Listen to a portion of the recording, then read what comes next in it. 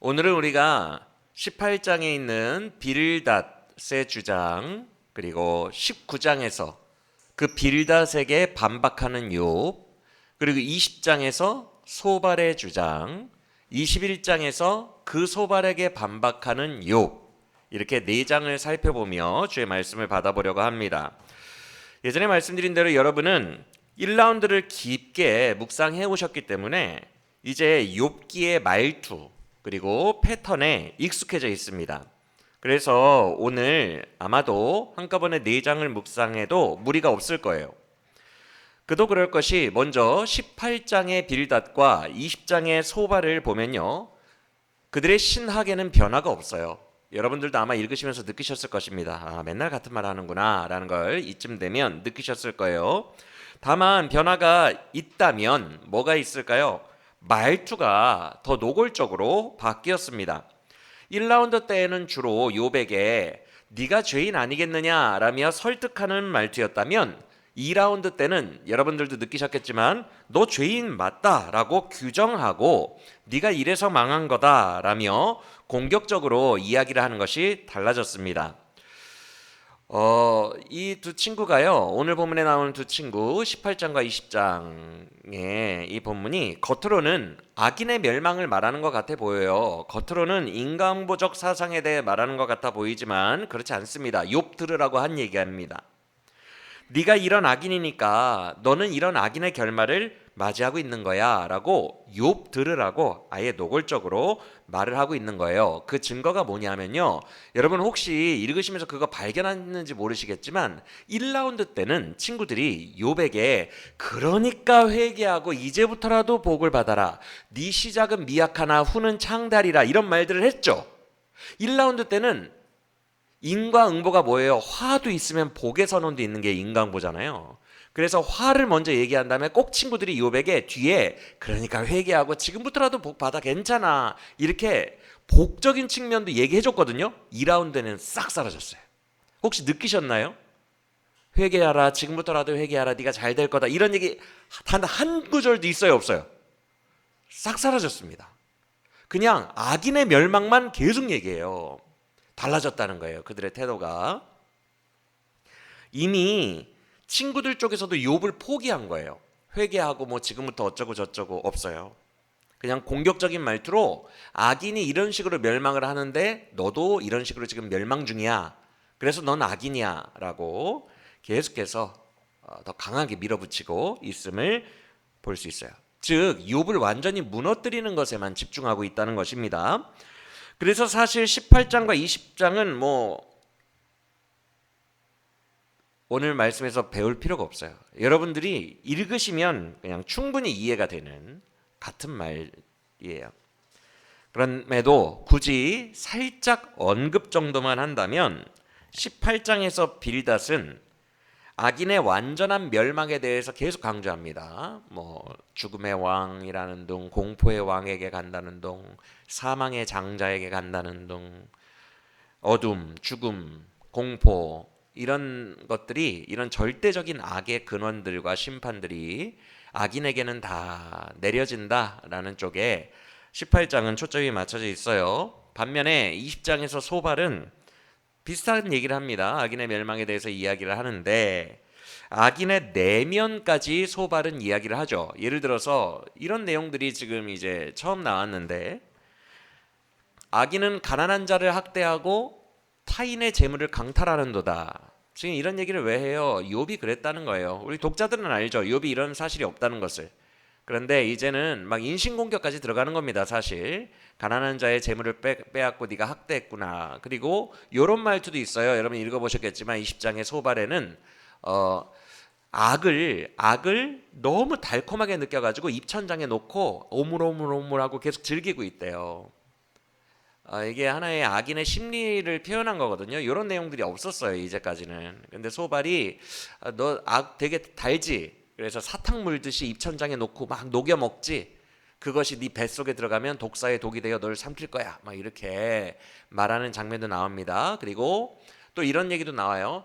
먹을 때 하나도 남겨놓지 않고 막 식탐이 있는 것처럼 가득가득 다 끝까지 먹는다라는 표현이 있어요. 이런 표현들이 욥의 탐욕 욥은 그런 적이 없는데 욥의 탐욕과 악을 은밀히 즐기는 거, 가난한 자의 것을 강탈하고 아주 나쁜 짓을 많이 한다라고 억측하며 이렇게 인신공격하고 있는 겁니다. 사실은 이런 내용들이 좀 있다라는 것을 여러분들이 이 정도만 아시면 18장과 20장은 굳이 오늘 안 봐도 될 것 같아요. 그러면 그들에게 대항하는 욥이 중요하죠. 욥의 파트가 중요하죠. 욥은 어떨까요? 욥도 마찬가지로 변했어요. 지난 시간 16장에서 이미 말씀을 드렸습니다. 16장이 변곡점이라고 했죠. 욥도 더 이상 친구들을 설득하려고 하지 않아요. 지금도 19장, 21장이 친구들을 향해 얘기하는 것 같지만 설득하려고 하는 얘기가 아닙니다. 친구들을 정죄하고 자기를 증언하는 내용으로 바뀌었어요. 친구들도 이제 더 이상 회개하라는 얘기 안 한다 그랬죠? 둘 다 양쪽 다 바뀌었어요. 양쪽 다 이제 공격적인 모드, 법정 모드로 바뀌어서 상대방을 굴복시키고 상대방을 이기고 상대방을 정죄하는 모드로 바뀌었습니다. 증언하는 모드로. 그래서 욥도 이제 친구들에게 기대가 없어요. 16장 이후로. 19장에서 내가 불쌍하지도 않냐 이런 말을 하는 장면이 나오거든요. 그런데 그거는 나 좀 불쌍히 여겨줘 라고 친구들에게 기대하는 게 아니라 너희는 정말 매정에서 심판받을 자들이야 라는 얘기예요. 왜냐하면 그 구절의 끝에 너희는 칼을 조심해라. 하나님께서 너희를 칼로 심판할 거다. 이렇게 결론이 나고 있기 때문에 나 좀 불쌍히 여겨줘. 내가 불쌍하지도 않니? 이 기대감이 있는 얘기가 아니라 너희는 정말 매정하고 눈물도 피도 없는 자들이다 라는 얘기를 하고 있는 겁니다. 그래서 양쪽 진영이 다 2라운드로 가서는 아주 격렬해지고 있다는 거 느껴지시죠? 그래서 우리는 이제 다 배웠어요. 말투라던가 이런 것들 핵심적인 느낌들 다 배웠고요. 우리가 이제 집중해야 될 것은, 초점을 맞춰야 될 것은 욥의 19장 21장에서 신학적 변화겠죠. 그렇죠? 우리는 그것만 집중하겠다고 했으니까. 그래서 오늘도 그 신학적 변화를 통해서 주님의 말씀을 들어보려고 하는데 순서를 바꾸겠습니다. 21장을 먼저 보고 19장을 나중에 보려고 합니다. 왜냐하면 19장이 더 중요하기 때문에 19장을 마지막에 클라이막스 때 보고 21장 먼저 볼게요. 모든 구절을 주해해 드리고 싶어요. 다 분석하고 다 주해해 드리고 싶지만 양도 많고 여러분들 이제 어느 정도 욥의 말투를 익숙하게 아시기 때문에 굳이 모든 구절 주해는 필요가 없을 것 같아요. 그래서 오늘 주님이 말씀하시는 주제의 흐름만 따라갈 때 여러분들도 그냥 거기에만 맞춰서 잘 집중해서 따라오시기를 부탁을 드립니다. 지금 친구들이 18장과 20장에 걸쳐서 주장했던 내용의 핵심이 뭐라 그랬어요? 악인의 멸망이라고 했죠. 악인의 멸망, 두 친구가 다. 그런데 21장에서 욥은 그 명제, 두 친구의 명제, 악인은 멸망한다. 그 명제에 핵폭탄과 같은 반론을 던져놔요. 21장에서. 그게 뭐예요? 악인 멸망 안 하던데? 이거예요. 내가 보니까 악인들 멸망 안 하던데? 현실의 팩트를 근거로 제시하는 거죠. 실제로 너희들의 말대로 악인이 멸망 안 하더라. 이만이나 전두환이나 되게 오래 살더라. 그리고 그의 후손들 돈도 많더라. 팩트죠, 팩트. 그 팩트를 근거로 제시하여 18장 20장에서 악인은 반드시 멸망한다라고 했던 두 친구의 주장을 무너뜨리죠. 그게 21장입니다. 자, 21장 봅시다. 21장 4절부터 보시면 욥은 이렇게 논리를 출발합니다. 21장 4절. 내 마음이, 이제부터 집중해서 보세요. 왜냐하면 개역개정 성경 자체가 오역이 너무 많아가지고 지금 잘못 번역해 놓은 것들이 되게 많아요. 그래서 이따가도 설명을 드리겠지만 제가 제대로 된 원문에 가까운 번역으로 그냥 얘기를 해드릴 거예요. 이따가 한 번쯤은 설명할 겁니다. 이 번역 문제를. 그런데 일일이 모든 구절마다 이거 개역개정이 번역 잘못했거든요. 이거 잘못했거든요. 이건 원문으로 이렇고요. 이거 설명 안 한다는 거예요. 그냥 개역개정은 부정문으로 되어 있는 것을 저는 그냥 바로 긍정문으로 얘기해 버릴 겁니다. 설명할 시간이 없어서 그래요. 이해가 되시죠? 그래서 여러분들이 그렇게 설명하면 이게 원문을 설명하시나 보다 라고 그냥 들으시면 됩니다. 개역개정과 정반대라도. 아시겠죠? 자, 21장 4절 보시면 이렇게 말합니다. 내 마음이 조급하고 격동되고 있는 거는 다 이유가 있어. 왜냐하면 나는 사람의 논리를 뛰어넘은, 썩어질 육신의 논리를 뛰어넘은 신학적 이유가 있기 때문이야. 그래서 내가 이렇게 막 격동하면서 얘기하는 거야. 이제 내가 신학적 이유를 말해줄게 이러면서 운을 뗍니다. 그런 후에 5절에서 보세요. 눈으로 계속 따라오세요. 5절. 내가 지금 얼마나 비참해졌는지 너희가 봐도, 또 누가 봐도 내 형편을 보면 너무 참혹해서 너무 놀라 입을 가릴 정도일걸? 지금 되게 심한 벌을 받았다는 걸 얘기하는 거예요. 내가 지금 형편이. 그러면서 6절에서 한 번 더 강조하죠. 내가 지금 얼마나 세게 두들겨 맞았는지, 내가 당한 재앙을, 이 고통을 기억만 해도 막 몸서리가 쳐져. 소름 끼쳐지고 막 두려워. 나는 지금 되게 심각하게 심판받았어. 맞지? 라고 친구들에게 확인시켜 줍니다. 그렇죠? 왜 자기의 고통의 강도가 세다는 걸 강조할까요? 이제 본인 보라는 거예요. 얼마나 세게 맞았는지. 그러면서 7절에서 상대적으로 악인들은, 너희가 그렇게 멸망한다고 주장하는 그 악인들은 얼마나 떵떵거리고 사는지 내가 얘기해 줄게 라는 거예요. 이해가 되십니까? 그래서 7절을 보시면 너희의 말이 악인은 심판을 받는다고 했는데 내가 보니까 안 그러던데. 악인들은 잡초처럼 끝까지 생존하던데. 그리고 되게 장수하던데. 심지어 부귀영화와 세력도 강하던데. 맞습니까? 그러면서 앞서 친구들이 악인의 멸망, 악인 우리가 살펴는 안 봤지만 18장 20장에서 두 친구가 뭐라고 했냐면요. 악인은 일찍 죽고 재산도 다 뺏기고 후손도 망하고 막 이런 얘기들을 계속했어요. 그것과 정반대를 얘기하고 있는 거예요. 지금 욥이. 실제로 안 그러던데. 8절 보세요. 그들의 후손도 내가 보니까 떵떵거리면서 잘 사더라.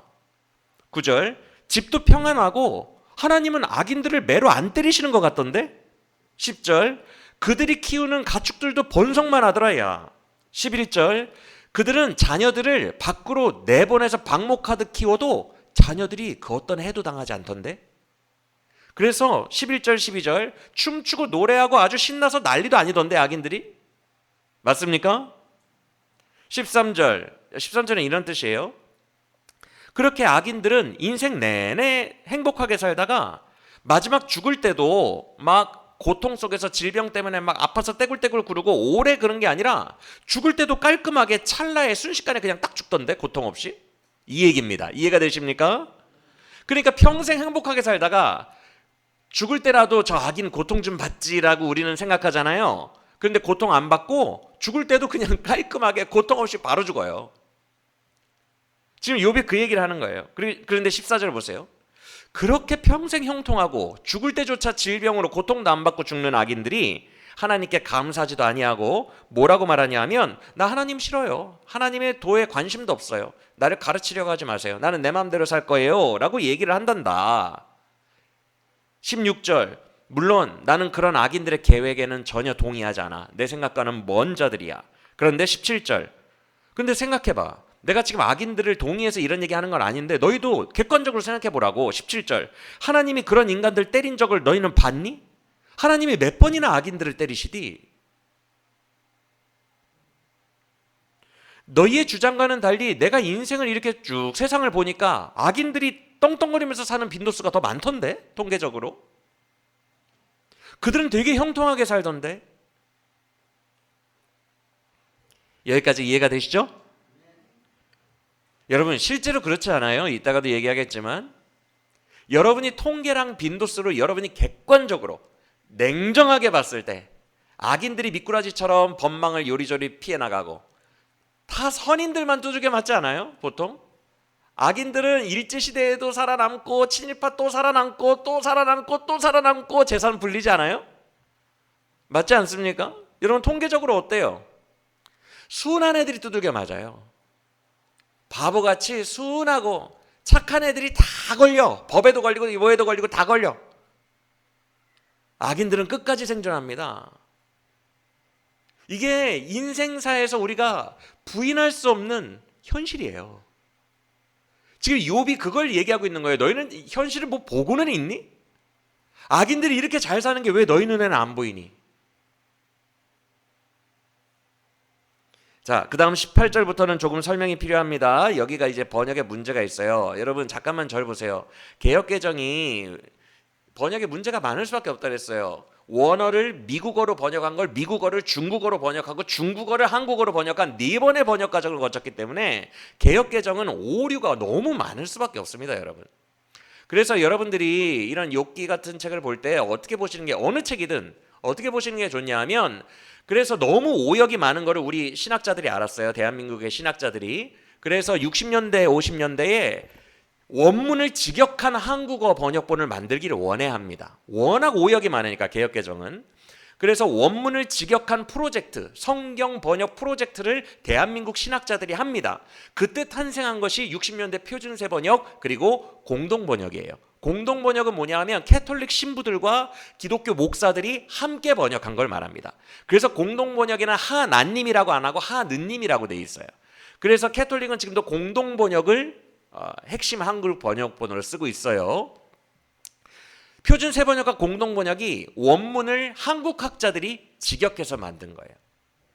그래서 어떻게 보시는 게 좋냐면, 개역개정 딱 놓고, 인터넷 요새 잘 돼 있거든요. 같은 장 세번역, 표준 세번역, 그리고 같은 장 공동번역을 일렬로 놓고 3권만 봐도 그 3권의 같은 구절을 해석한 걸 보면 교집합이 보입니다. 교집합이.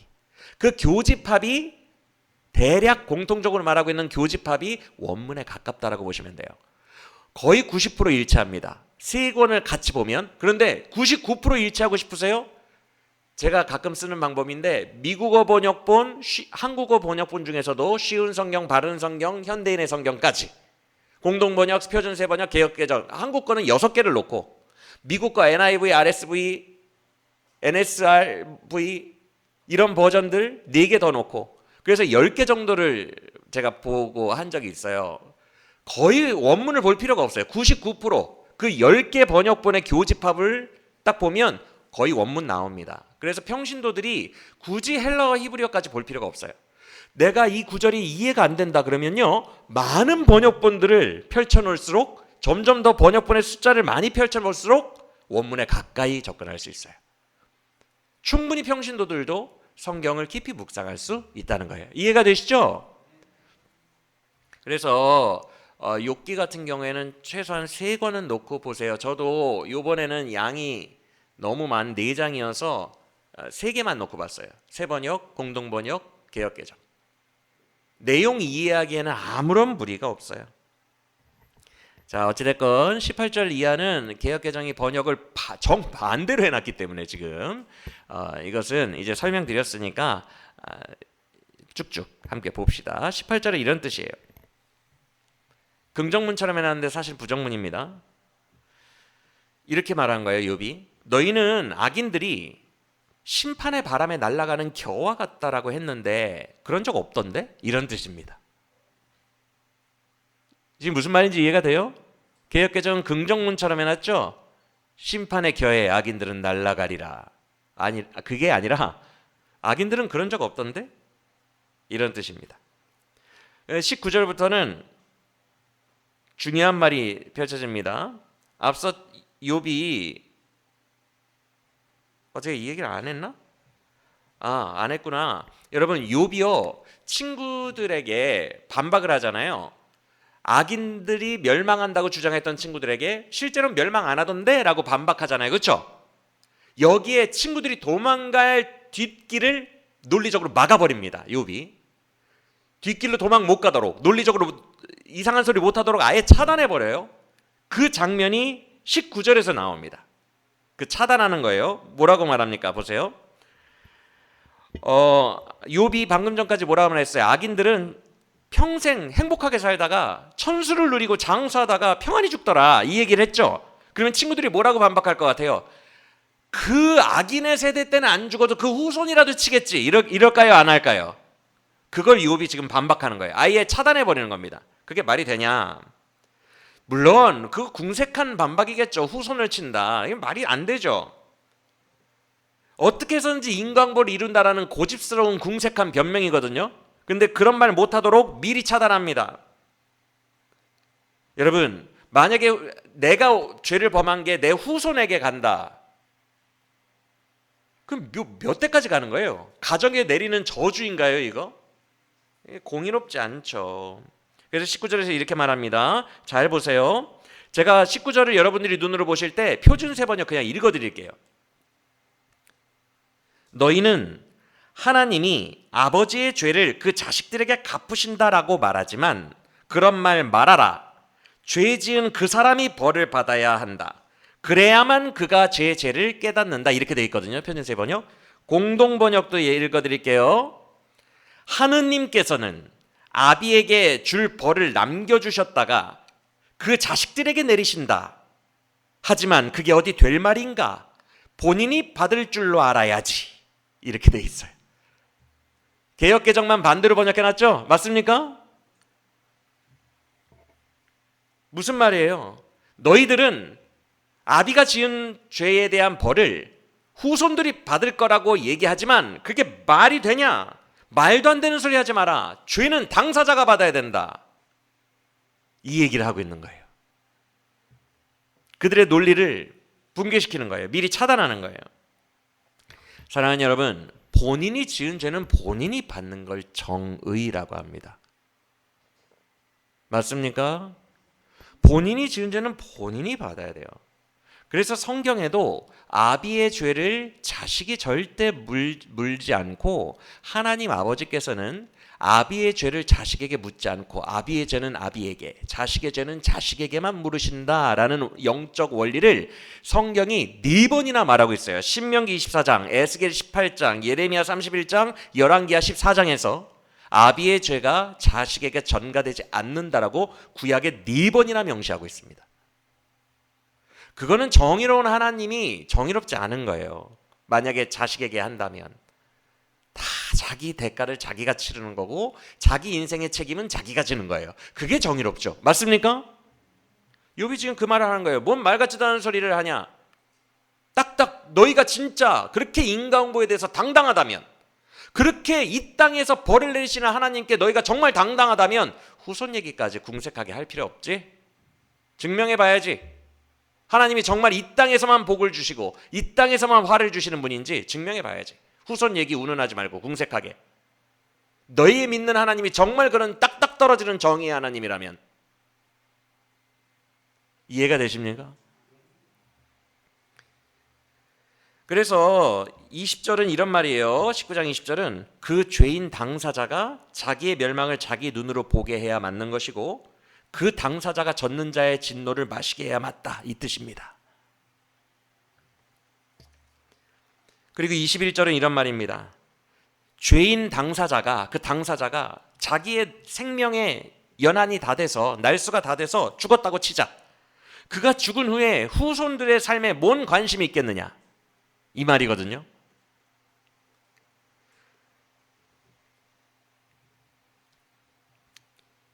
당사자가 받는 게 맞다는 얘기를 계속 하고 있어요. 그러더니 22절이 왜 나오느냐, 중요합니다. 22절이 무슨 말이냐면요, 이런 말이에요. 사실 나도 잘 몰라라는 뜻입니다. 전능하신 심판주는 하나님이시야. 하나님이 심판해. 그래서 나는 감히 하나님을 지식으로 가르칠 수는 없어. 나도 잘 몰라. 나도 하나님의 영역까지 침범할 생각은 없어. 그런데 현실을 말하는 거야, 이 얘기예요. 지금 친구들이 악인은 멸망한다, 거기에 대해서 욥이 현실은 안 그런데? 라고 반박하고 있죠. 근데 왜 그런지는 자기도 이유는 모르겠다는 거예요. 그건 하나님의 영역이니까 나도 이유까지는 얘기 안 한다는 거예요. 그냥 나는 현실을 직시하여 팩트만 말하는 거야 라고 운을 떼는 겁니다. 그게 22절이에요. 여러분, 이게 되게 중요해요. 잘 들으세요. 욥의 세 친구들은 본인들의 인과응보 교리를 지키기 위해서 현실을 외면해 버리거든요. 이게 되게 중요한 거예요, 여러분. 본인의 교리에다가 현실을 끼워 맞추죠. 그러니까 인과응보 교리 자체가 되게 비좁은 거거든요. 되게 작고 비좁은 교리예요. 이 작은 틀에 되게 복잡한 인생 현실을 끼워 맞추는 거예요, 친구들은 계속. 그런데 이 범위에 벗어나는 일들이 되게 많거든요. 이걸로 설명 안 되는 일이. 욥이 지금 그걸 얘기하는 거예요. 니네들 논리로는 실제 현실이 성립이 안 돼. 즉 그들은 본인들의 교리를 지키기 위해서, 인간고를 지키기 위해서 현실을 외면해 버리는 거예요, 지금. 반면에 욥은 이 거대한 복잡한 현실을 직시하고 있어요. 용기 있게. 되게 용기 있게 이걸 마주하고 있고 직면하고 있고 회피하지 않아요. 있는 그대로 받아들입니다. 팩트를 받아들여요. 나중에 하나님이 누구를 칭찬하죠? 욥의 세 친구를 하나님이 뭐라고 하는 줄 아십니까? 나중에 확인하겠지만 너희는 하나님에 대해 잘못 말했다라고 얘기합니다. 내 종 욥의 믿음이 진짜 믿음이라고 칭찬하세요. 여러분, 현실에 끼워 맞추기가 아니에요. 이 복잡한 여러분들이 살아가는 진짜 세상, 이 세상을 진실하게 액면 그대로 받아들이는 것이 용기고 믿음이에요. 욥은 그렇게 했다고요. 왜? 내가 하나님이 아니니까. 그 친구들은 요 틀을 하나님으로 믿었어요. 그래서 요 틀에다가 다 맞추려고 했어요. 근데 욥은 이 거대함 속에 하나님의 주권을 밀어넣었어요. 이 거대한 설명되지 않는 나의 이성의 범위를 뛰어넘는 모든 것을 다 하나님의 주권적 영역으로 믿어버렸어요. 인정했어요. 받아들였어요. 내 신학이 아직은 몰라요. 틀 자체가 없어. 나도 하나님을 설명 못해. 그래도 내 틀 때문에 하나님을 왜곡하지 않고, 현실을 왜곡하지 않고, 차라리 내 틀이 부서질지언정 현실과 하나님은 그냥 액면 그대로 용기 있게 마주해버렸다고요. 이게 진짜 믿음이고 신학이라는 거예요. 하나님이 이걸 칭찬하신다고요. 비겁하게 회피하지 않고 용기 있게. 즉 여러분, 현실에 이해되지 않는 상황 속에서도 우리가 이해가 안 돼도 현실을 부정하지 않고 현실에서 치열하게 신학적으로 계속 맞부딪히면서 직면하는 자, 계속 하나님 앞으로 나아가서 고뇌하는 자, 이런 사람들을 하나님이 칭찬하신다고요. 욥처럼. 여러분, 지난 주일 예배와 지난 수요 예배 말씀 혹시 기억나십니까? 사실 저도 막 머리가 복잡할 정도로 되게 깊이 있는 얘기를 한 거예요. 깊이 있을수록 모순이 되게 많거든요, 사실. 그래서 이제 신학 공부를 하다 보면요, 긴장이라고 해요. 이걸 신학자들은 긴장이 있다. 그 가운데서 균형을 맞춰야 된다. 뭐 이런 식으로 얘기. 균형, 긴장 나오면 난제에 부딪혔다는 얘기예요. 난제. 그래서 어려운 신학적 난제에 깊이 들어갈수록 모순을 발견하게 됩니다. 그래서 지난 주일 예배와 수요 예배 때 우리가 사실 되게 깊은 이야기를 한 거예요. 어려운 얘기를 한 거예요. 욥기가 끝날 때까지 이보다 더 어렵고 깊은 얘기일까 우리가 나눌 수 있을까 싶을 정도로 되게 어려운 주제를 얘기한 거예요. 주일과 수요일 예배 때. 뭐예요? 그 내용이 인간의 실존은 정말 간단하지가 않다는 거예요. 엄청 복잡하다는 거예요. 우리가 이해 안 되는 삶의 상황들이 너무 많다는 거예요. 그런데 잘 들으세요. 그래서 인간들은요, 욥의 세 친구처럼 간단하게 이걸 이해하는 걸 되게 좋아해요. 세상은 엄청 복잡한데, 거대하고 내가 이해할 수 없는 것들로 가득한데, 이 복잡함 속에서 고뇌하기보다는 누군가 간단한 답을 주기를 원하는 거예요. 그래서 부적받으러 가는 거예요. 되게 복잡해요. 인생이 너무너무 복잡해. 가족 문제 막 직장 문제 너무너무 복잡하고 스트레스가 너무 많아. 무당한테 갔더니 그거 조상이 잘못해서 그래. 부적 줄게. 끝. 엄청 단순한 걸 되게 좋아하는 거예요. 그게 다 이단 사입이에요. 엄청 단순한 답을 주는 거. 이 복잡함과 이 거대함에 신학적으로 계속 직면하면서 고뇌하면서 인생의 한숨을 살아가면서 주님께로 매일매일 나아가 주님께 물어보는 한 고뇌하는 작은 인간과 우리의 피조물을 지으신 하나님 창조주 앞에 선 인간을 이 모습을 갖지 않고 그냥 누군가 신령한 권사님 어디 기도원에 있어 가서 기도받아 답 줄 거야. 네가 10년 전에 지은 죄 때문에 그래. 사람들이 이걸 너무 좋아한다고요. 생각하기 싫어해요. 고뇌하기 싫어해요. 빨리 답을 얻고 빨리 부적을 얻어서 빨리 끝내기를 원합니다. 그래서 신비주의자들 기도해. 기도하면 응답해 주잖아. 이런 거 너무 좋아해요. 단순화시키는 거. 이 세 친구가 인간보 논리 진짜 단순한 거거든요. 유치한 거거든요, 사실. 이 단순화 논리를 붙들 수밖에 없었던 것이 인간이 이걸 되게 좋아한다고요. 부적받으러 가듯이. 그런데 이건 인간의 현실 부정이에요. 회피입니다. 이건 진짜 믿음이 아니에요. 누군가가 신비주의자를 믿고 신령한 권사님께 안수기도 받으러 예언기도 받으러 가는 그 마음과 부적받으러 가는 마음이 똑같아요. 그걸 믿는 거예요. 그 단순하게 그들이 해석해준 이 복잡한 세상을 엄청 단순 논리로 손에 딱 잡히게 해석해준 그걸 믿고 신주단지 못이듯이 부적을 머리에 이고 자는 거예요. 같은 믿음입니다. 근데 그걸 하나님이 믿음이라고 안 해요.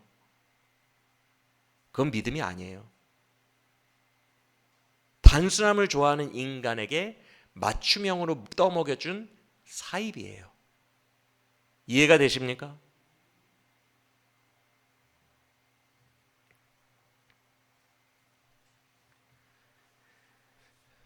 다 빚을리고 여러분, 우리는 인생에 여러분도 그러시죠? 저도 그래요. 해석되지 않고 이해되지 않고 억울하고 슬프고 아픈 것들이 너무 많아요. 그 복잡한 인생을 진실하게 직면하고 마주하고 나아가야 돼요. 치열하게 하나님 앞에 나아가서 물어봐야 돼요. 성경 보고 기도하며 예배하며 끝없이 하나님께로 복음으로 나아가야 돼요. 그게 비겁하지 않은 거고 하나님 앞에 진실한 거예요. 그게 진짜 하나님을 찾는 거예요. 창조주 거대한 하나님 앞으로 작은 피조물이 주여 내가 주께로 나아갑니다라고 질문 덩어리를 들고 나가는 거예요. 그게 믿음이고 신앙이에요. 이해가 되시면 아멘. 그게 정말 비겁하지 않고 진실한 거예요. 욥도 답을 몰랐다고 그랬어요. 아까 그래서 22절 얘기했다고 그랬어요. 나는 심판자가 아니고 난 몰라. 나는 하나님을 가르칠 생각 없어. 그런데 현실만 얘기해 주는 거예요. 악인들이 잘 되더라. 이렇게만 얘기했다 그랬죠? 욥도 답을 몰라요. 그런데 그런 친구들에게 현실 직시를 시켜줬어요. 친구들이 되게 불편해하는 그걸 얘기해 줬다고요. 아주 불편한 진실. 그걸로 공격한 거예요. 불편한 진실. 수많은 사람들은요, 되게 단순하게 살고 싶어서 불편한 진실들을 애써 회피하고 눈 가리고 외면하며 살아가려고 해요. 그런 단순파들에게 던지는 불편한 진실들, 그것이 믿음의 도전인 거죠. 사실은 솔직함의 용기죠. 진리를 향한 발걸음이죠. 우리가 이제 새벽에 전도서 배우잖아요. 전도서에서 전도자는 솔로몬은 계속 불편한 진실들을 던집니다. 그 불편한 진실들 속에서 인간이 평소에 생각하지 않고 그냥 막연하게 단순하게 인생을 살아갔던 것들에 대해서 광범위하게 질문들을 하게 합니다. 스스로. 인간이나 짐승이나 똑같이 죽는데 허무하지 않아? 이런 얘기들을 합니다. 허무감이 왜 올까? 철학적인 질문들을 통해 평소에 생각하지 않던 사람들을 생각하게 해요. 그래서 진짜 진리에 접근하도록 만든다고요. 그것이 신앙이고 진리고 믿음인 줄 믿으시길 바랍니다.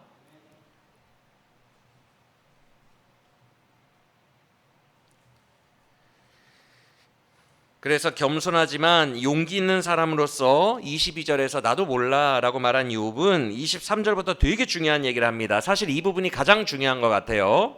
23절에서 이렇게 말합니다.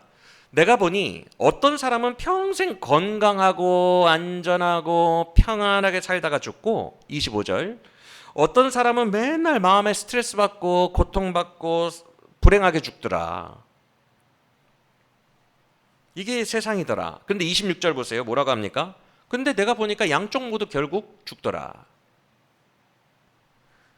구더기에 덮이고 흙에 덮이는 건 동일한 결말이더라. 이게 왜 얘기하고 있어요? 여러분, 죽음이라는 결승선은 똑같은데 인생은 다르다는 얘기를 하는 거예요. 이거 되게 놀라운 얘기예요, 여러분. 자, 잠깐만 저를 보시겠어요? 지금 인간부자들의 논리가 뭐냐 하면요, 죽음이라는 결승선이 있잖아요. 똑같잖아요. 그러면 이 내에서 죽음이라는 결승선에 오기 전에 뭔가 정의로운 결판이 나야 된다가 인간부자들의 논리예요. 즉 악인은 이 땅을 떵떵거리면서 살다가도 하나님이 번개로 빵 쳐가지고 이 악에 대한 대가를 이 땅 내에서 내려줘야 죽음이라는 결승선 가기 전에 자기 점수를 합당하게 살잖아요. 그렇죠? 그리고 고통받던 의인도 이 땅 내에서 결말을 내려줘야 죽을 때에 모두가 다 합리적 결말로 후회 없이 갈 수 있잖아요. 그렇죠? 이게 인간부주의자들의 얘기라면 욥이 그러는 거예요. 어떤 이는 평생 떵떵거리면서 살다가 죽고 어떤 이는 그냥 고통만 받으면서 살다가 죽는데 둘 다 죽더라. 이거 되게 놀라운 이야기예요. 이 땅이 불공평하다는 얘기거든요.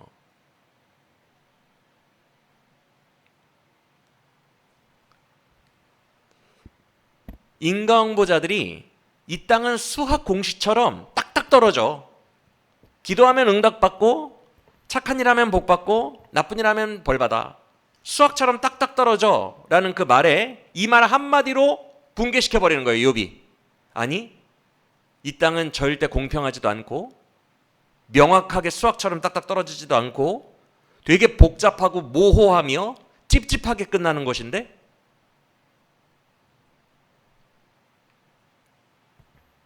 여러분 실제로 그렇잖아요. 아까도 말씀드렸지만 전두환, 이만희 같은 악인들은 부자로 오래오래 살다가 가잖아요. 그렇게 뉴스 보니까 이만희 130억 횡령이 지금 그렇게 사건 지금 추적 중이라는데, 아유 130억만 했겠어요. 수천억으로 지금 계산하고 있는데, 추정하고 있는데, 전두환도 추징금 다 못 냈죠. 그렇죠? 2천억인가가 추징금이었나요? 지금 잘 기억이 안 나는데 제가 숫자에 약해서 2천억 중에 회수된 거 통장에 얼마밖에 없다 그랬어요? 5만 원밖에 없다 그랬나요? 잘 기억이 안 나요. 그런데 회수 안 됐죠? 근데 그 후예들은 떵떵거리면서 살죠. 오래 살고 장수하고, 이따가 욥의 표현도 나오지만 누가 그의 앞에서 그를 말도 못해. 욥이 이따 그러거든요. 그 악인들에게 꾸짖는 자도 없고 꾸짖지도 않아. 그들을 벌하는 자도 없고 벌하지도 않아. 떵떵거리면서 부자로 살다가 갑니다. 반면에 안중근 의사, 안창호 의사, 독립투사들은요, 열사들은요, 유관순 누나는요, 영웅들은요, 젊었을 때 다 죽어요. 30을 넘기지 않아요. 30대를. 고통 속에 죽고요. 그 가족들 다큐멘터리 같은 거 보면요, 지금도 입에 풀칠하면서 살아요. 독립운동가 가족들. 욥의 말이 맞아요, 틀려요, 여러분? 이 땅의 현실 속에서 여러분들이 확인하고 있잖아요. 맞아요, 틀려요, 욥의 논리가? 맞아요. 욥이 말하는 거예요. 이 땅은 불공평하다는 거예요. 의외로 정의로운 하나님이 통치한다고 너나 나나 생각하고 있는데 의외로 되게 불공평하다는 거예요. 불공평한 채로 죽음이라는 결승선에 그냥 들어가 버린 거예요, 다들. 이게 놀라운 이야기인 것이, 욥은 아직 신약 세계를 모르는 사람으로서 이 본인의 실존 속에서 신학적으로 자꾸만 질문하고 돌파하다 보니까 놀라운 경지에 이르는 거예요. 아직 신약의 예수도 모르고 신약의 천국도 모르고 복음도 모르는 자가 사후 세계를 이야기하는 거예요. 이 땅은 엄청 불공평하기 때문에 죽은 이후에 진짜 정의가 발생할 거라는 얘기를 암시하고 있는 거예요. 하나님은 죽은 이후에 갚아주신다는 이야기를 하고 있는 거예요. 놀랍지 않습니까? 구약 사람 치고는. 맞아요? 이 땅이 전부가 아니다. 진짜는 죽은 이후에 온다. 왜? 논리적으로 생각해봐라. 철학적으로. 불공평하잖아, 이 땅은. 불공평하게 이미 역사 속에서 죽은 사람들은 어쩔 건데. 이미 100년 전에 죽은 독립운동가들, 역사 속에서 죽은 사람들 어떻게 할 건데? 불공평하게 죽은 역사 속의 수억 명의 사람들 어떻게 할 건데? 논리와 통계로 답 나오지 않니? 죽은 후에 진짜가 있다는 거. 맞습니까? 욥이 도출해낸 결론이에요. 진짜는 죽음 이후에 옵니다, 여러분. 이 땅은 부조리하고 이해 안 되는 세상이에요. 진정한 정의는, 진정한 하나님의 통치는 죽음 이후에 다 정리된다는 것을 꼭 기억하시길 바랍니다. 그러면서 27절 이하에서 다시 한번 악인의 형통함을 말합니다. 27절 뭐라고 합니까? 내가 너희들 속셈 다 알아. 날 죄인으로 악인으로 몰아가는 거지. 어떻게 해서든지 몰아가려고 그러지. 28절 너희는 맨날 그런 소리 하잖아. 악인의 장막이 어디 있느냐. 하나님이 그 장막을 싹 헐어버리셔서 온데간데 없어졌다라고 자주 얘기하잖아. 29절 그런데 너희는 길 가는 사람들 붙잡고 아무나 붙잡고 물어봐라. 대다수의 사람들이 뭐라고 증언하는지를 들어봐라. 과연 너희 말대로 악인들이 정말 이 땅에서 심판을 받는지를 물어봐라. 30절 악인들은 질질 끌려가는 진노의 날과 재난의 날에도 어찌 그리 미꾸라지처럼 빠져나가 남은 자가 되는지를 모른다. 이 뜻이거든요. 개역개정이 지금 잘못 번역한 겁니다. 악인들은 질질 끌려가는 진노의 날에도 미꾸라지처럼 잘 빠져나가서 남겨지더라. 아까도 말했지만 여러분은 그런 경험 안 해봤습니까? 저 학교 다닐 때나 저 군대 있을 때는 정말 이 세상의 부조리함에 대해서 정말 많이 경험했거든요. 선생님한테 혼나고 고참한테 혼나는 애들은 다 착한 애들밖에 없어요. 얍삽하고 비열한 애들은 이미 다 빠져나갔어. 지들 때문에 혼나는 건데 착한 애들만 벌 받고 있어요. 착한 애들만 청소하고 있고. 제가 그때 인생을 배웠습니다. 아, 착하게 살면 안 되는구나. 야, 나도 같이 가. 착한 사람들만 맞아요. 악인들은 어쩜 그렇게 미꾸라지처럼 잘 빠져나가는지. 끝까지 살아남아요. 끝까지. 여러분들 살아오면서 공동체 내에서 그런 인간들 못 봤어요? 어떤 환란이 다가와도 남은 자는 그들이야. 그렇죠? 아, 억울하죠. 참 억울해요. 착한 애들이 다 뒤집어쓰고 악인들이 결국 부자 되고 끝까지 친일파 남아있는 걸 보면 억울해요. 억울해.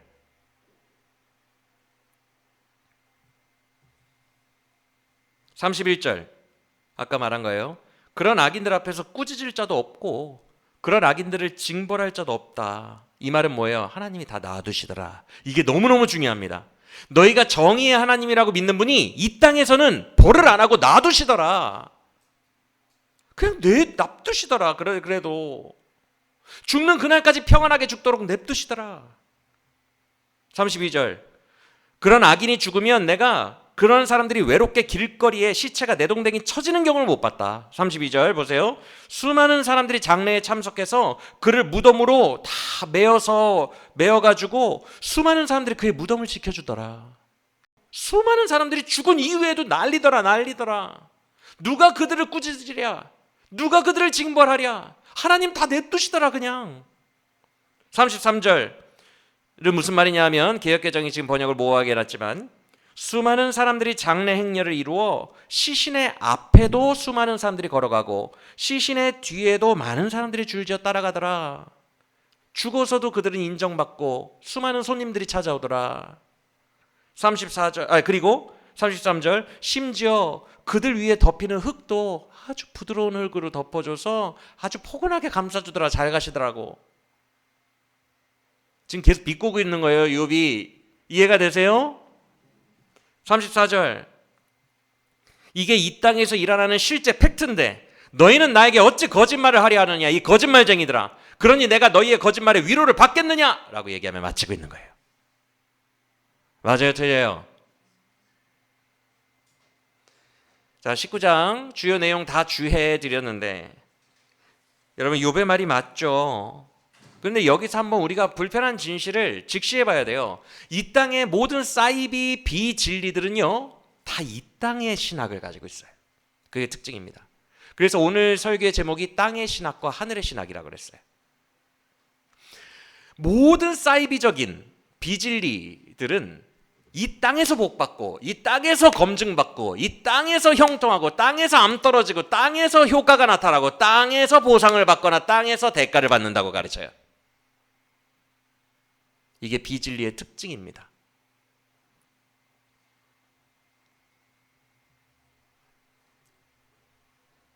즉 그들은 되게 명쾌하게 얘기를 하거든요. 수학 공식처럼 명쾌한 척 이야기를 하는데 그 명쾌함이 다 어디 내에서 이루어져야 돼요? 죽기 전에 땅에서 이루어져야 돼요. 그게 특징이에요.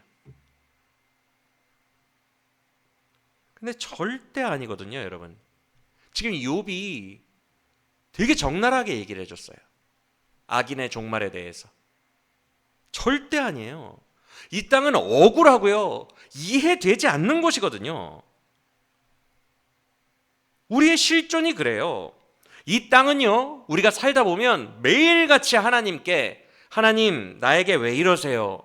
하나님의 뜻이 무엇이에요? 치열하게 고민하는 땅이 이 땅이에요. 하나도 이해가 되지 않는다고요. 그 어떤 것도 알 수가 없을 것처럼 오리무중의 땅이 이 땅이에요. 하나님 살아계신가? 하나님 살아계시면 왜 저놈들이 잘못하고 간 걸 왜 착한 애들이 지금 청소하고 있지? 왜 다음 날에도 선생님들은 쟤네들의 거짓말을 다 웃으면서 믿어주지? 왜 착한 친구들이 말하고 고발하는 것을 선생님은 하나도 안 들어주지? 아, 저 친구들 중에 장관 아들이 있었구나. 선생님과 어른들도 별거 없구나. 인생의 쓴맛을 바라보며 정의로운 하나님은 어디 계시지? 왜 놔두지? 죽는 그 순간까지 떵떵거리며 장래 조문 행렬이 길을 잇는 걸 보고 하나님은 어디 계시지? 인생은 수많은 질문 속에 있는 복잡한 세상이에요. 왜 옆집에 사는 착한 권사님 음식하면은 조금이라도 한 줌이라도 우리 가족 나눠주려고 오고, 우리 애 보면 500원짜리라도 지어주는 그 옆집의 착한 권사님은 돈도 없는 권사님인데 암에 걸리게 하시고, 내 돈 떼먹고 안 갚은 나쁜 친구는 근육질에 날마다 러닝 뛰고 헬스 다니고 여행 다니고 건강하게 다니고. 하나님은 왜 이걸 놔두시지? 하나님은 왜 온 사방을 다 꼬아놓으셨지? 왜 하나님은 침묵하고 계시지? 왜 하나님은 이런 식으로 일하실까? 왜 하나님은 그 나라에 쓰나미를 보내셨지? 왜 그 건물이 무너지게 하셨을까? 왜 하나님은 그 교회에 신천지가 들어가서 교회를 박살내는 것을 보고만 계셨지? 이 끊임없는 질문들이 이 땅에 줄을 잇는다는 거예요. 맞아요, 틀려요? 왜 그래요? 부적 주는 사람들처럼, 이 세 친구처럼 인생이 답이 딱딱 떨어질 정도로 간단하지가 않으니까. 사랑하는 여러분, 잘 들으세요. 그래서 모든 답은 죽은 이후에 깨맞춰집니다. 그래서 요한계시록이 이걸 잘 설명해놨어요. 성경 중에 요한계시록만 첫째 사망과 둘째 사망이라며 사망을 둘로 나눠놨거든요. 요걸 설명하기 위해서 그래요. 일단 이만희를 비롯한 모든 사람은 다 죽어야 돼요. 그게 첫째 사망이에요. 모든 사람들은 다 죽어요. 아담의 육체를 입은 사람은 다 죽어요. 한 번은 무조건 죽게 돼 있어요. 그게 첫째 사망. 그 사망이란 결승선에는 공평하게 다 들어가요. 아까 욥이 말한 것처럼 어떤 사람은 평생 형통하게 살다가 행복하게 살다가 무덤 갈 수도 있고, 어떤 사람은 맨날 평생 스트레스 받다가 무덤 갈 수도 있어요. 어떤 사람은 평생 박복하게 살아서 하는 일마다 안 될 수 있고, 어저께 뉴스 보니까 우리나라의 부자 숫자가 되게 많이 늘었다대요. 13억 이상을 가진 부자 숫자가 이번에 삼전 하이닉스 주식 투자하는 사람들 600% 이상 해서 자산이 엄청 많이 모였다고 하더라고요. 누구는 투자한 것마다 600%고 나는 투자한 것마다 다 파란 화살표고. 왜 웃으세요? 파란 화살표입니까? 오늘 파란 옷 입고 오셨는데. 누구 잘 되는 놈은 하여튼 뭘 해도 잘 되고, 나는 왜 이렇게 박복한지, 나는 맨날 뒤에서 무릎만 치고. 그렇게 살다가 다 죽는다는 거예요. 이 땅은 되게 불공평했지만 첫째 사망 다음부터 공평이 펼쳐집니다. 공평하게 다 죽고 일단 그 후에 주님의 정의가 그때 드러나요. 그래서 그 후로 둘째 사망이 갈리게 됩니다. 천국으로 가느냐, 둘째 사망 곧 불못이라 불못으로 들어가느냐, 그게 갈리게 돼요. 그래서 첫째 사망과 둘째 사망 사이에 정의가 집행되고, 그것이 요한계시록 21장의 백보자, 흰색 보좌에 어린 양 예수께서 앉아서 모든 죽은 만민들을 다 불러다가 심판하시는 장면이 나옵니다. 그때 각 육체가 자기의 행위를 그대로 이실직고하여 그 행위대로 벌을 받거나 상을 받는다고 되어 있어요. 모든 불공평해 보였던 이 땅의 모든 것 있죠. 전두환 왜 늙어서도 저렇게 행복하게 죽지? 이 땅의 모든 불공평한 거 백보자 심판 때, 첫째 사망과 둘째 사망 사이에 백보자 심판 때 다 예수님 앞에 이실직고하게 돼 있어요. 정의는 그때 이루어집니다. 할렐루야. 우리 기독교인들은 이걸 믿는 자들이에요.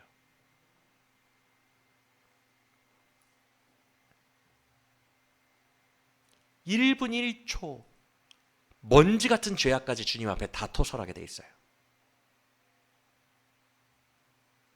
자기 몫의 심판을 욥이 말한 것처럼 자기가 고스란히 감당합니다. 자기가 살아온 인생의 모든 책임을 자기가 고스란히 지게 됩니다. 정의로운 하나님 앞에서. 믿으십니까? 즉 여러분, 이 땅을 철학적으로만 봐도 지금 욥은 신약의 복음과 신약의 내세를 모르는 사람인데도 사실 이거 철학적 접근이거든요. 맞습니까? 철학적 접근으로도 이런 결론이 나왔어요. 아, 이 땅이 아닌 죽은 이후에 뭔가가 진짜가 있구나. 이건 철학자들 수준도 충분히 뽑아낼 수 있는 원리입니다. 여러분, 죽은 후에, 진짜 결말은 죽은 후에 이루어져요. 이 땅에서 이해되지 않는, 공평하지 않아 보이는 세상을 우리는 그냥 인정하고 살아가야 된다는 거예요. 물론 욥기가 사후 세계까지 막 말하진 않아요. 사후 세계는 엄밀하게 말하면 신약의 처음으로 빛으로 드러난 개념이에요. 명확하게 드러난 개념이에요. 예수 그리스도께서 복음으로 오셔서 우리를 사후 세계에서 구원받게 하시는 그 영적 구원, 영생 구원, 그 개념은 신약 이후에 생긴 겁니다. 그래서 욥기는 아직까지 거기까지 절대 나아갈 수가 없어요. 그런데 욥은 근처까지는 갔어요. 왜? 자기가 당면한 현실에 회피하지 않고 진실하게 맞부딪혔거든. 치열하게 하나님 앞에 나아갔거든. 하나님을 재판에 소환하면서까지 나아갔거든. 감히 계속해서 치열하게 생명을 걸고 질문했어요. 왜 이런 거냐고. 그 질문 끝에 구약의 한계를 그는 한 번 더 뛰어넘었어요. 그래서 앞서 그랬죠. 오늘은 21장부터 보고 19장 보겠다고. 그래서 19장의 위대한 고백이 나오는 거예요. 19장으로 가봅시다. 여러분, 욥이 욥기를 보면 상승했다가 하강했다가 막 그랬다 그랬죠. 믿음이. 오늘 본문 19장은요 엄청난 상승 파트예요. 또 이러다가 또 침몰하겠지만, 인간인지라 성도인지라 또 왔다 갔다 하겠지만 적어도 19장은 엄청난 상승 구간입니다. 강력한 믿음의 선포예요. 19장 6절을 보세요. 그 이전 내용은 그냥 나중에 다른 번역본이랑 보셔서 알아서 이렇게 이해하시면 되고, 6절을 보시면 이렇게 말합니다. 나를 치신 건 하나님의 주권이야. 이 명제를 말합니다. 나를 치신 건 하나님의 주권이야. 그러면서 7절부터 19장 7절부터 여러분들이 이미 익숙하신 푸념을 또 늘어놓습니다. 맞습니까? 하나님이 나를 원수처럼 치셨네, 나를 공격하셨네, 이런 얘기들 있어요 없어요? 또 나오죠. 그런데 이번 푸념에는 좀 다른 강조점이 있어요. 그게 뭐냐면 13절 이하에 꽤 방대한 분량으로 욥이 말하고 있는 거예요. 13절 이하. 그게 뭐예요? 외로움입니다. 모든 사람들이 나를 떠났다는 이야기를 굉장히 방대하게 처음으로 하고 있어요. 13절 보세요. 나의 형제들이 나를 버렸고 내가 아는 모든 사람들이 나를 버렸다. 14절 친척들도 나를 버렸고 가까운 가족들도 날 버렸다. 15절 내 집에 머물던 자들과 여종들까지도 날 버렸다. 16절 남종들도 나를 버려서 이제는 내가 명령을 못하고 그들에게 가서 간청해야 하는 지경에 이르렀구나. 17절 내 와이프는 내가 숨만 쉬어도 싫어한다. 혹시 이런 와이프 남편이 숨만 쉬어도 싫어하는 사람들 있어요 없어요 지금? 왜 다 주님의 얼굴을 제대로 쳐다보지 못합니까? 네. 남편이 숨만 쉬어도 싫어하는 와이프. 그리고 17절 또 보세요. 내 허리에서 낳은 자식들마저 나를 버렸구나. 18절 동네 꼬마 어린이들까지도 나를 업신여기고 조롱하는구나. 19절 가까운 친구들도 나를 버렸고 내가 사랑했던 자들은 이제 나의 원수가 되었구나. 20절 이제 나는 몸 위에 가죽만 붙어있는 뼈 위에 가죽만 붙은 앙상한 상태에서 잇몸 하나로 겨우 연명하며 사는구나. 21절 내가 불쌍하지도 않냐 이놈들아, 하나님이 나를 이처럼 치셨는데. 22절 너희가 어찌 악랄하게 그렇게 나를 박해하느냐. 이해가 되시죠? 욥의 처절한 감정이 전달되셨습니까? 지금 19장에서 욥은 이례적으로 자기 주변의 모든 가장 가까운 아내와 자식들부터 시작해서 자기 주변의 모든 인간들이 자기를 다 버렸다라고 지면을 할애해서 고백하고 있어요. 그는 모두에게 버림받은 외톨이에요. 심지어 이 모든 일을 주권적으로 하나님이 하셨다고 했으니 하나님께로부터도 버림받았어요. 완전한 외톨이. 그런데 내가 모든 것에 버림받고 내가 모든 사람들에게 완전히 버림받은 외톨이일 때에 더 분명하게 보이는 한 분이 계십니다. 그게 누구예요? 예수 그리스도예요. 19장의 놀라운 고백으로 가봅시다. 그렇게 푸념하던 그가 23절에서 욥이 뭐라고 합니까? 나의 말들이 기록되었으면 좋겠다. 이 말이 뭐냐면요, 다들 오해하고 내 말 들어주지도 않잖아요 지금. 그렇죠? 누가 좀 이게 기록됐으면 좋겠다. 아무도 안 들어준다. 나는 외톨이다. 그러더니 24절에서 철필과 나무로 아예 돌에 새겨줬으면 좋겠다. 너무 억울하다. 누군가가 영원히 돌에 새겨줬으면 좋겠다. 억울하게 죽는 자의 한탄이에요. 이 땅에서 사람들이 다 자기를 떠나고. 그런데 이때 그가 뭐라고 합니까? 25절 원문으로 보면 강력합니다. 나는 안다 이렇게 시작해요. 25절 나는 안다. 그러나 나는 안다.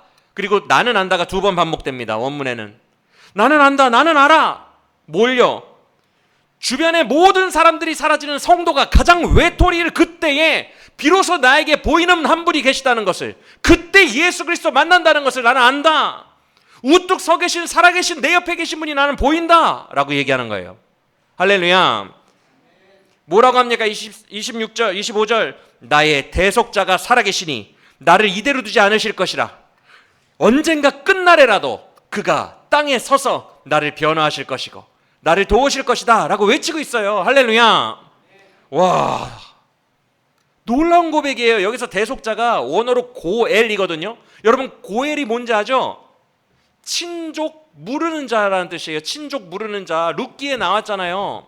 여러분 내가 빚을 엄청나게 져가지고 노예가 되잖아요. 당시에 빚이 너무 많으면 노예로 팔려갑니다. 그거를 이제 알바로 갚아야 되니까. 내가 노예가 되었을 때 이런 비참한 형편인 나를 건져주는 사람이 누구예요? 가장 가까운 친족부터 그 권리를 가지고 있습니다. 그걸 고엘이라고 해요. 가장 가까운 친족부터예요. 그래서 그 가장 가까운 친족이 내가 책임져 줄게 라고 하며 그 친족의 돈을 다 갚아주고 그를 자유인으로 풀어주는 것을 고엘이라고 해요.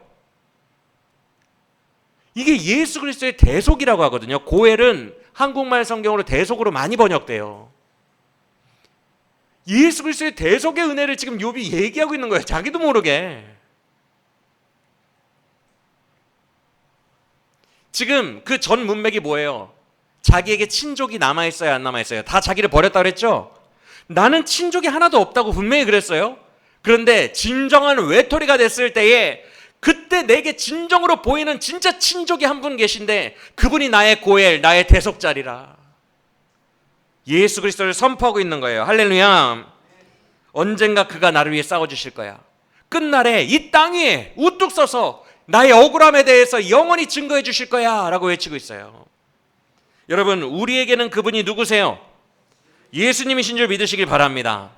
이해되지 않는 이 세상, 불합리한 세상, 모두가 날 버리는 세상, 외톨이 세상, 억울한 세상, 고독한 세상 속에서 더욱 분명히 밝히 보이는 여러분의 유일한 편, 단 한 분이 바로 예수 그리스도가 여러분 옆에 우뚝 서 계심을 믿으시길 바랍니다.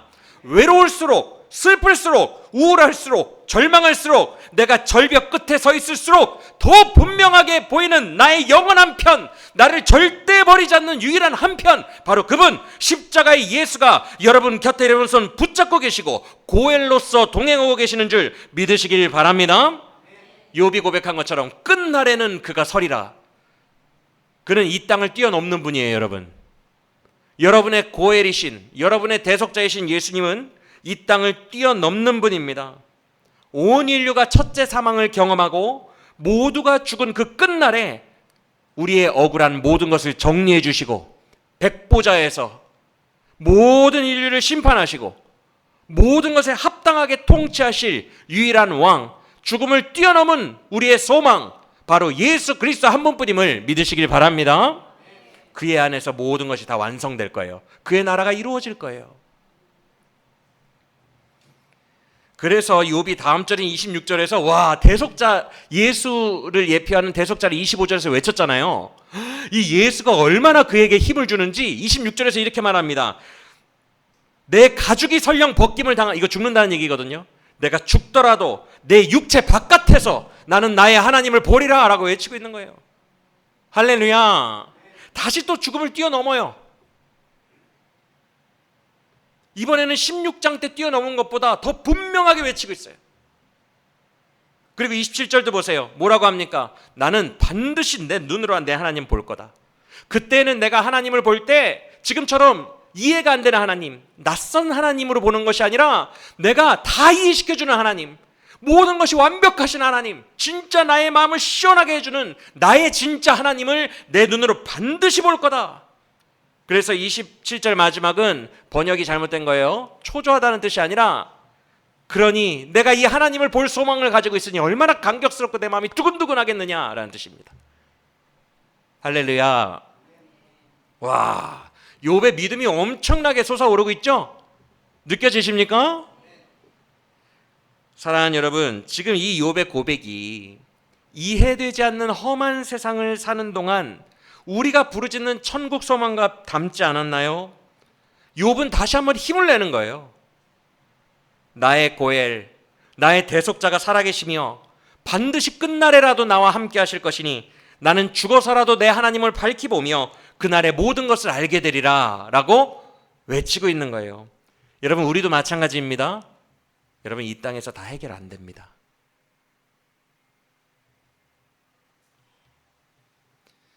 이 땅은 엄청나게 많은 방정식에 가득한 땅이에요. 방정식이 뭐예요? X, Y는 뭐다, 이거 다 배우셨죠? 이 X, Y를 미지수라고 하죠. 미지수. 지정되지 않은, 뭔지 모르는 수예요. 그 X 안에 1도 넣어보고 2도 넣어보고 3도 넣어보는 거예요, 학생들이. 미지수입니다. 이 세상은 X와 Y로 가득해요. 뭘 넣어서 해석해야 될지를 모르는 땅이에요, 애초에. 그래서 때로는 너무나도 힘드니까 이해되지 않아서 낙심하며 쓰러질 때도 너무 많아요, 우리의 삶에. 하지만 그럴 때에 우리를 일으키시는 분, 그럴 때일수록 더 밝히 보이는 한 분이 계세요. 여러분의 마음속에 다시 힘을 주시는 분이 계세요. 그분이 바로 여러분을 구속하신 예수 그리스도예요. 여러분의 마음에서 절대 떠나지 않습니다. 그분이 보이게 돼요. 절벽 끝에서, 그 나라 끝에서 반드시 예수 그리스도를 보게 돼요. 다시 그 예수 그리스도가 우리를 다시 일으키십니다. 절망 속에서. 할렐루야. 여러분을 절대 버리지 않는 단 한 분. 이만희는 30만 명을 위해 죽어준 적이 없지만 여러분을 사랑하사 죽기까지 해주신 하나님의 아들, 여러분을 그만큼 사랑하시는 유일한 단 한 분, 그 예수 그리스도, 십자가의 예수가 여러분 마음에 깊이 함께 계시다는 것을 믿으시길 바랍니다. 그래서 우리의 삶이 이래요. 이 땅에서 이해가 다 안 되고 이 땅에서 해결이 안 돼. 참 명확하게 딱딱 해결이 되면 좋은데 답이 안 나와. 방정식이에요. 그래서 이해가 안 돼도 오늘도 그 십자가에 예수 붙들고 다시 일어나는 거예요. 그냥 이해가 돼서 일어나는 것이 아니라 그 절벽 끝에서 보이는 예수 붙들고 그냥 또 일어나는 거예요. 그리고 예수님과 함께 그의 손잡고 오늘도 이해되지 않는 이 인생길 속에서 표대를 향해 다시 달려가는 거예요. 넘어져도 예수님이 그 나라 끝에 나와 함께 계시니 다시 오뚜기처럼 일어나서 다시 나아가는 거예요. 그의 여러분을 향하신 대속의 사랑, 그것만큼은 이 세상 어떤 것보다도 분명하게 성령으로 여러분 마음에 임차졌기 때문입니다. 할렐루야. 여러분,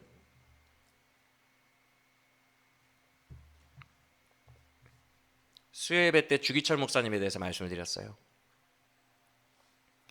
네가 예수를 부인하는 것까지도 아니지, 되게 쉬운 거였어요. 신사참배해라. 한 번만 고개 까딱하면 된다. 너 빼고 대한민국 모든 목사들이 지금 다 하고 갔다. 다 했는데 뭐 그냥 하면 되지. 너도 신사참배 고개만 까딱하면 너희 성도들 다 살려줄게. 근데 네가 버티면 너한테 했던 고문 똑같이 할게. 그 교회 어린 성도들까지 다, 성도들 자녀들까지 다. 너 한 명 고집 때문에 성도들 그 애기들까지 다 죽일 거야? 그렇게 이기적인 인간이 어디 있어? 예수가 그렇게 사랑하래? 마지막 마귀의 발악이에요. 주기철 목사님이 성도들 죽인다는 것에도 굴하지 않고 믿음을 지켰어요.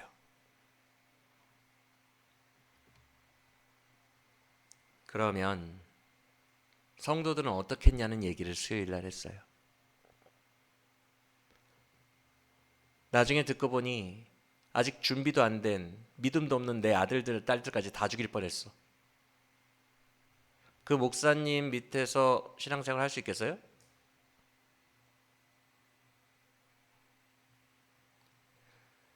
저는 주기철 목사님이 딱 그 사건 이후에 나와서 시름시름 앓다가 죽었거든요. 순교하셨거든요.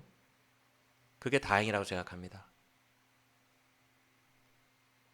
그 직후에 순교하셨어요.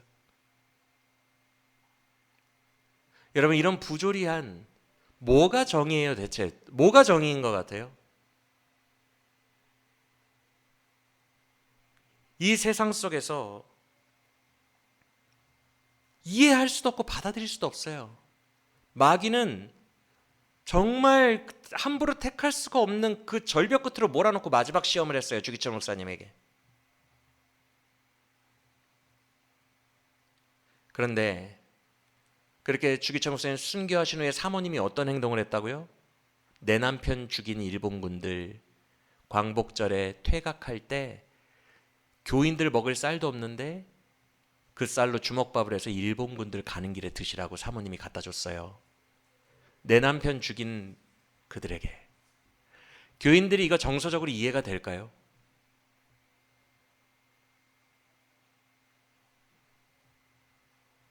이 세상 어떤 성도가 이 목사 부부의 마음을, 행동을 이해할 수 있겠어요?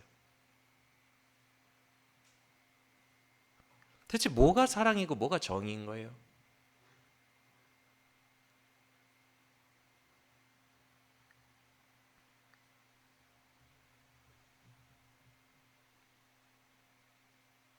이렇게 이해할 수 없는 게 이 세상이라고요. 그런데 욥이 고백한 것처럼 다 나를 오해한다, 다 떠났다 라고 고백한 것처럼 주기철 목사님과 사모님도 아마 이해하기가 쉽지 않겠죠. 주변에서. 그 외로움 속에서 이 두 분이 무엇을 바라보고 사셨겠어요? 저 천국이겠죠. 죽음 이후에 이 모든 것을 정리해 주시고 해설해 주시고 하나님의 완벽한 통치 안에서 모든 것을 이해시켜 주시고 설명해 주실 그 하나님 바라보고 천국 바라보고 그 순간 믿음의 도전을 한 거겠죠. 여러분, 주기철 목사님과 사모님의 삶을 통해서 우리는 이 땅을 어떻게 살아야 되는지를 조금 힌트를 얻을 수 있어요. 정의로움의 관점으로는 해석이 안 됩니다, 여러분. 뭐가 정의인 것 같아요? 일본군에게 주먹밥 주는 게 정의예요? 일본군이 퇴각할 때 태극기를 흔들며 조롱하는 게 정의예요?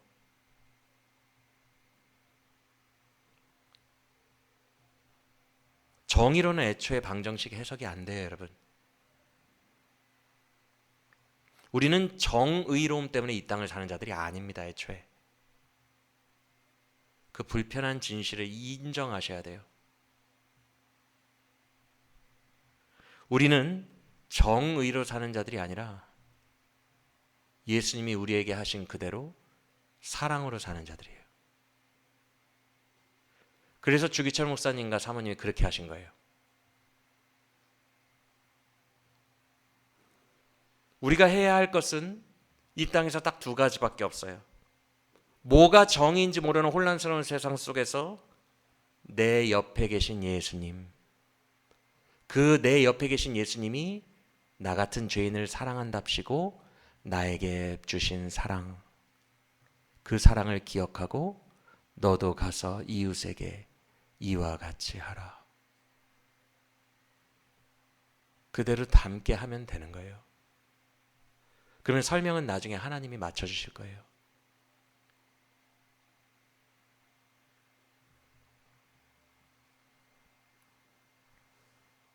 고린도전서에서 뭐라고 해요? 예언도 패하고 방언도 패하겠지만 사랑만은 영원하리라. 사랑은 절대 후회하지 않아요. 죽는 그날에. 내가 사랑하고 죽었다면, 주기철 목사님과 사모님처럼 사랑하고 죽었다면 후회할 일이 없어요. 사랑은 정의를 뛰어넘기 때문입니다. 하나님이 정의만으로 우리를 대하셨다면 우리는 지금 다 지옥에 가 있어야 돼요. 하나님은 정의를 뛰어넘는 사랑으로 예수님을 보내셨기에 우리도 그 사랑으로 후회 없이 살아가야 돼요. 가장 확실한 은사, 가장 위대하고 강력한 은사는 사랑입니다. 그래서 우리가 할 것은 정의로 어차피 해석도 안 되는 이 땅을 해석하려고 애쓰기보다 나를 사랑하신 예수님의 복음에만 집중하며 그의 은혜만을 집중하다가 그가 나에게 행하신 그대로를 받아 그를 닮은 삶을 따라 살다가 가면 되는 거예요. 그러면 하나님의 나라는, 완전히 정리된 나라는 죽은 이후에 이루어져요.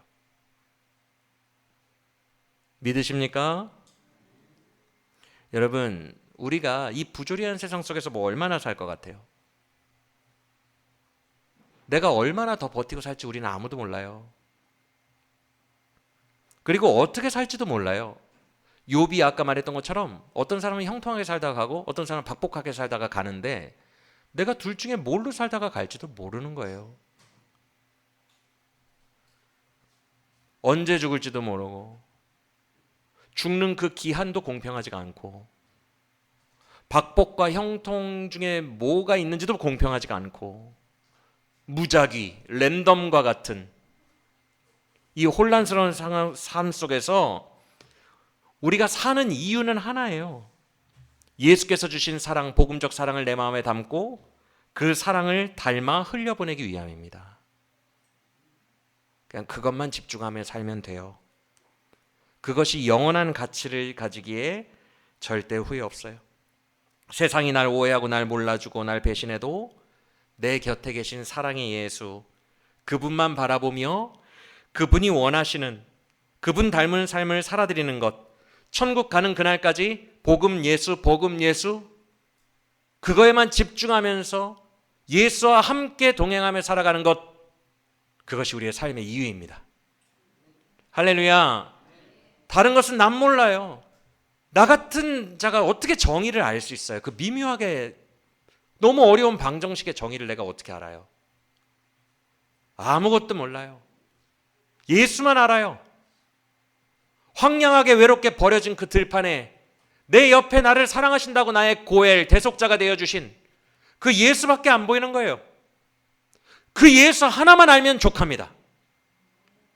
바울이 고백한 것처럼 내가 그리스도를 아는 지식이 가장 고상하다고 그랬어요. 그리스도 외에 다른 모든 지식을 배설물로 버렸다고 그랬어요. 예수 하나만 알면 족한 거예요, 이 세상은. 예수님이면 충분한 줄 믿으시길 바랍니다.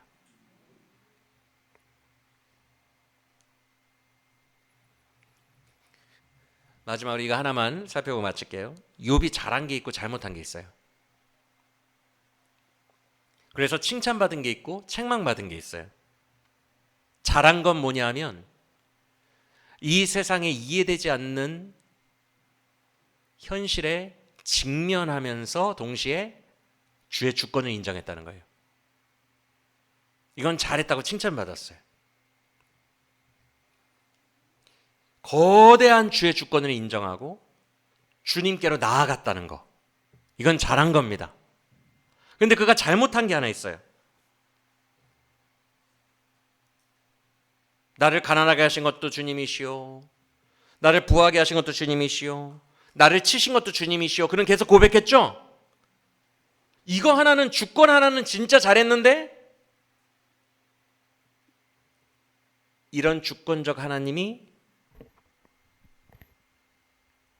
나빠. 그의 선하심을 믿지 못한 죄가 있었어요. 하나님은 그건 책망하셨어요. 주권은 인정했는데 주님이 다 하신다는 건 알아. 진짜 다 하셔, 주님이.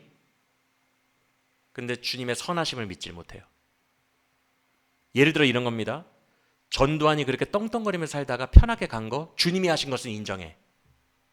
근데 왜 전두환을 그렇게 내두셨지? 주의 선하심을 믿지 못해. 세상의 부조리함 속에서 많은 신자들이 하나님의 선하심을 잘 믿지 못해요. 그럼에도 불구하고 하나님은 선하시다라고 외칠 수 있어야 되는데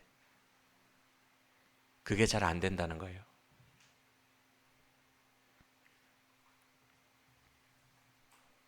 여러분, 그런데 우리는 욥보다는 나은 자들이에요. 왜요? 욥은 구약의 인물이고 고뇌 속에서 희미한 복음을 보는 게 끝이지만 우리는 신약의 인물들이고 우리는 진짜 중보자이시고 대속자이신 예수 그리스도를 마음에 품은 복음의 비밀을 다 밝게 하는 자들이기 때문입니다. 그래서 우리는 욥은 하나는 잘했고 하나는 못했지만 우리는 욥보다 많은 것을 경험하고 알았기 때문에 우리는 둘 다 할 수 있어야 돼요. 그리스도 예수 안에서. 즉 주의 주권에 대한 인정과 동시에 주의 선하심까지 믿어낼 수 있어야 한다는 것입니다. 그게 신약시대의 성도의 마땅한 본분이에요. 여러분, 우리의 삶에 슬픔과 억울함이 이 땅 내에서 죽는 그날까지 억울함이 있고 슬픔과 억울함이 가득하고 이해되지 않는 일이 가득해도 주님의 선하심을 우리는 믿어야 돼요.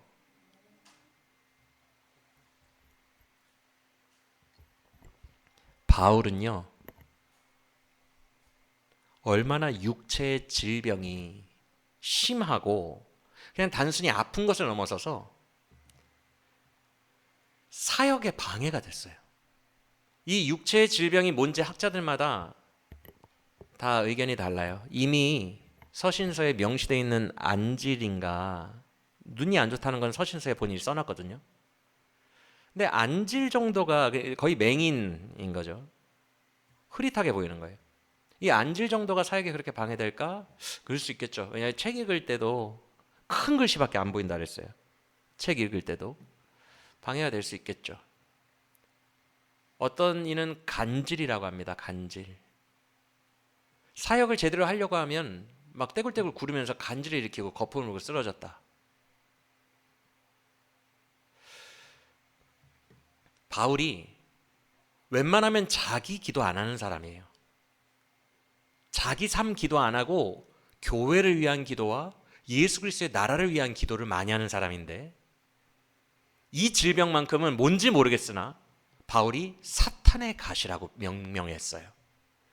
이 말은 뭐냐면 이거는 하나님이 허락한 것 같지가 않고 사탄이 내 사역 방해하려고 준 것 같으니까 이건 작정 기도를 통해서 하나님께 간구해서 이거는 쫓아내야 될 것 같다라고 분별을 한 거예요.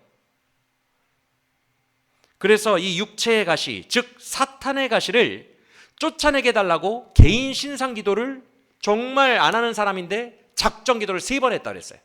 내가 주께 3번 간구했다 그랬어요.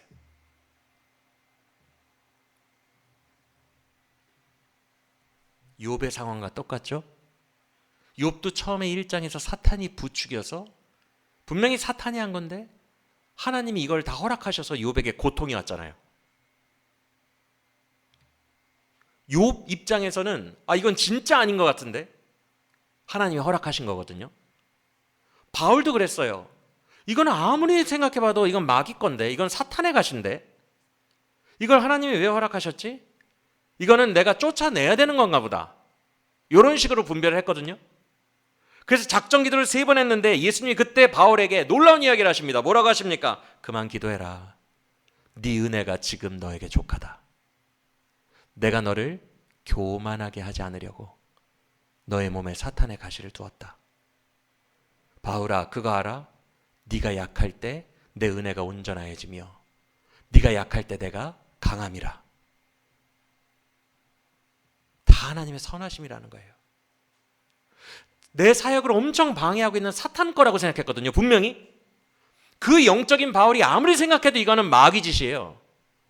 근데 예수님이 나타나시더니 그 또한 내가 주권적으로 너에게 죽은 것이고 그 또한 은혜이며 네가 약할 때에 내가 진짜 강하단다. 내가 어떻게 이겼니? 십자가에서 죽을 때 내가 마귀 권세를 무너뜨렸단다. 기독교는 약할 때 강함되는 거야. 내가 너를 일부러 약하게 했단다.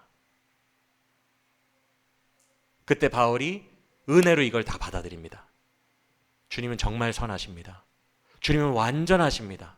내 삶에 분명히 이건 사탄이 했다라고 생각하는 것까지도 주님은 초월적인 역사의 섭리와 지혜로 주권적으로 그 모든 것까지 다 통치하고 계십니다. 주님의 지혜를 따라갈 수가 없습니다. 내 삶에 사탄이 한 것처럼 느껴진, 이건 주님의 실수라고 느껴진 것들까지도 더 차원 높은 고차원적 지혜로 주님께서 다 통치하고 계십니다. 주님은 선하십니다. 바울이 은혜로 그걸 받아들여요.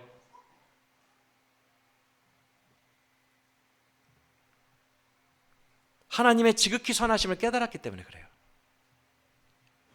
사랑하는 여러분, 그리스도 예수 안에서 우리의 삶의 모든 것은요 다 지극히 선합니다.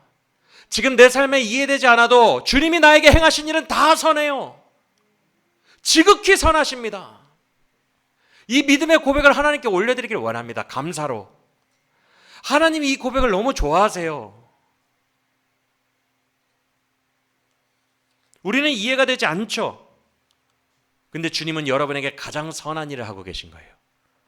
우리에게 주신 은혜가 우리에게 족한 줄 믿으시길 바랍니다. 여러분, 두 아들이 공산당의 손에 허무하게 잃었을 때 손양원 목사님의 감정이 어땠을까요? 이제 막 꽃 피워야 되는 내 아들들이에요. 20살도 안 됐어요. 10대 청소년의 한창 때인 내 두 아들이 어느 날 사역 갔다가 오니까 죽어 있는 거예요. 손양원 목사님은 감정적으로 도저히 이해도 안 되고 왜 이러셨는지 받아들일 수 없는 고통 속에서 욥처럼 그의 옆에 서 계신 예수 그리스도를 바라봤어요. 그리고 유명한 10가지의 감사 기도를 하죠. 주님, 나 같은 죄인의 혈통에서 순교의 자식들이 나오게 하셨으니 하나님 감사합니다.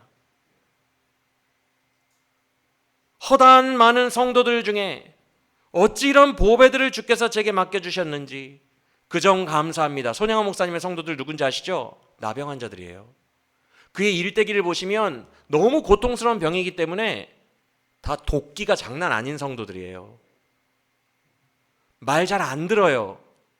손양원 목사님 어떻게 죽으셨죠? 다들 목사님 저쪽으로 피난 가시죠. 공산당 온답니다. 피난 가려고 그럴 때 자기 성도들이 붙잡았어요. 우리는 이렇게 다리가 뭉그러져서 못 가는데 목사님 어디 가요? 우리랑 있어줘요. 내가 내 성도들 두고 어디를 가냐? 그 자리에 남아있다가 순교하셨어요. 성도들을 먼저 두들겨 패고 있을 때 차라리 날 죽여라 하고 죽으셨어요. 그런 성도들이에요. 근데 두 번째 기도 제목이 주님, 허다한 많은 성도들 중에 어찌 이런 보배들을 주께서 제게 맡기셨는지 이 점 또한 감사합니다. 셋째, 삼남 삼녀 중에서도 가장 아름다운 두 아들 장자와 차자를 바치게 된 나의 축복을 하나님 감사합니다. 넷째, 한 아들의 순교도 귀하다 하거늘 하물며 두 아들의 순교일이요 하나님 감사합니다. 다섯째, 예수 믿다가 누워 죽는 것도 큰 복이라 하거늘 하물며 전도하다 총살 순교 당함이리요 하나님 감사합니다. 여섯째, 미국 유학 가려고 준비하던 내 아들 미국보다 더 좋은 천국에 갔으니 내 마음이 안심되어 하나님 감사합니다. 일곱째, 나의 사랑하는 두 아들을 총살한 원수를 회개시켜 내 아들 삼고자 하는 사랑의 마음을 주신 하나님 감사합니다. 여덟째, 내 두 아들의 순교로 말미암아 무수한 천국의 다른 아들들이 생길 것이 믿어지니 우리 하나님 감사합니다. 아홉째, 이 같은 역경 중에서도 이상 8가지 진리와 하나님 사랑을 찾는 기쁜 마음, 여유 있는 믿음 주신 우리 주 예수 그리스도께 감사합니다. 10번째, 내 인생의 과분한 축복 누리게 하심 감사합니다.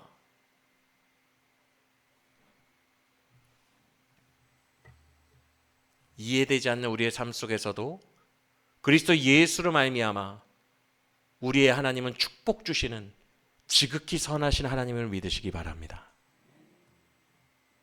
그는 완전하셔요.